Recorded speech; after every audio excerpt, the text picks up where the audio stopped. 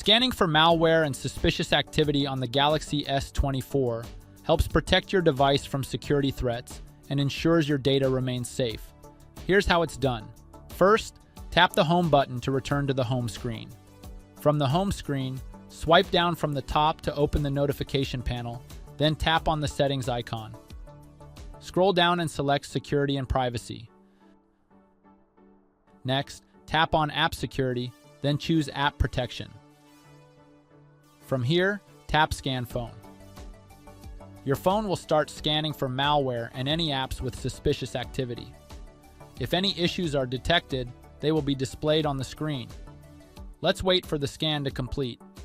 Once the scan is finished, you'll see a message indicating whether any threats were found. In this case, it shows no threats found. And that's it. You can now tap the Home button to return to the home screen. Thank you for watching this video. Don't forget to subscribe to our channel for more helpful videos.